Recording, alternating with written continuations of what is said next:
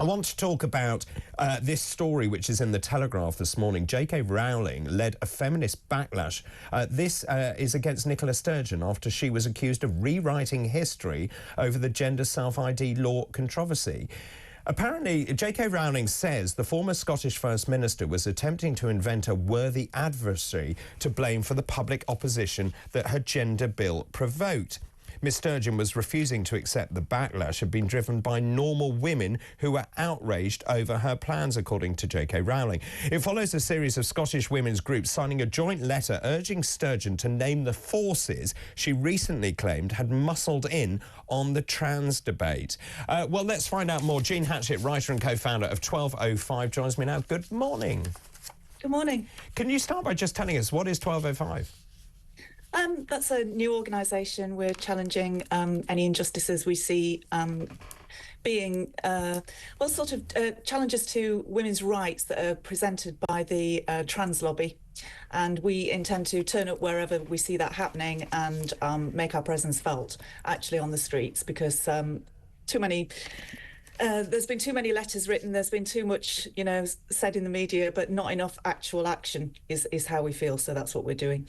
OK, so Ms Sturgeon's, this was the self-ID law. So essentially, just to recap and let people remember what this was about, it would have allowed any Scot aged 16 and over to change their legal sex simply by signing a declaration. It was later blocked by the UK government, meaning it never came into force. Now, Nicola Sturgeon blames forces, dark forces at work, which stopped her bill becoming law.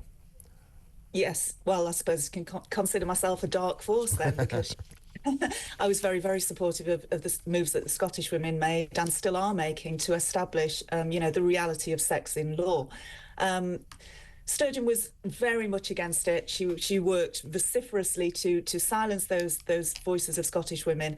Luckily for all of us, JK Rowling stood up very bravely for a number of years now. And she really turned the public thinking on this, because she was brave enough to say things that women who might have lost their jobs were not able to say. So, it is really down to middle-aged women like myself, JK Rowling, and the others who speak out on this to defend the position that sex is real, that men cannot change into women. They can't do it in law, they can't do it in reality. This is just a legal fiction that they then try to extend into something that the public should believe has happened, and it simply isn't true. So can I just ask, what is driving this ideology? Men. Men? I mean, you've got to say it's a jealousy of women, it's misogyny. These men... I don't buy that. I don't buy that. Surely these are very energised groups, activist groups, rather than men. Well, they are men, though, because they are the men who want to be women. They are men within the trans activist movement who, whatever women have, they want. They want our spaces, they want, our prisons, they want our language, our medical language about our own bodies. We're not allowed to use anymore. Using words like cervix can have you called transphobic, which I think is where JK Rowling actually came into this debate. She was talking about, wombs and cervixes, and these are things that exist in a female body. Men don't want us, these trans activist men, don't want us to be able to talk about the female body.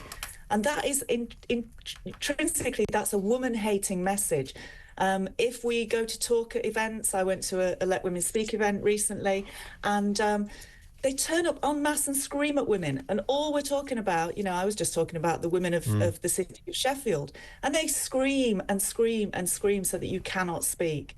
And it's very frightening at the time. It is scary. Kelly J. Keane was attacked in the street there with soup thrown over her. And these men simply don't want us speaking. And I'm not saying it's, your average man. These are very deluded men. These are the men who believe, well, I don't think they really do believe, because no one does, that they've changed sex. And when women say, well, actually, no, that's not possible. a basic truth. You cannot change sex. Well, No I one mean, can. They get very angry. biological sex is a fact. That is, you are born a sex, you know, medically, and I speak as a doctor, and the NHS has said sex is a biological fact. Just in terms of that, I wonder whether these are the same lobbies that have fought for gay rights, for example, where you've pretty much achieved parity and equality, that they now need to have something else to fight for, and they've turned their fire onto the trans ideology. I don't know. I just think the two things are very different, aren't they? And the sooner that the LGB are split from the T in the movement, the better, because the trans activists have latched onto the gay rights movement. They have done that, but it is two completely different things. Sexuality and identity are two completely separate issues. So it was Stonewall that have melded those two together. Wrongly, you know, and this is how this has become forced into law, because we go back to this argument about gay rights, which it actually isn't. It's nothing to do with gay rights. Jean, really good to talk to you. I wish you a very happy Christmas as well. Jean Hatchet, writer and co-founder of 1205.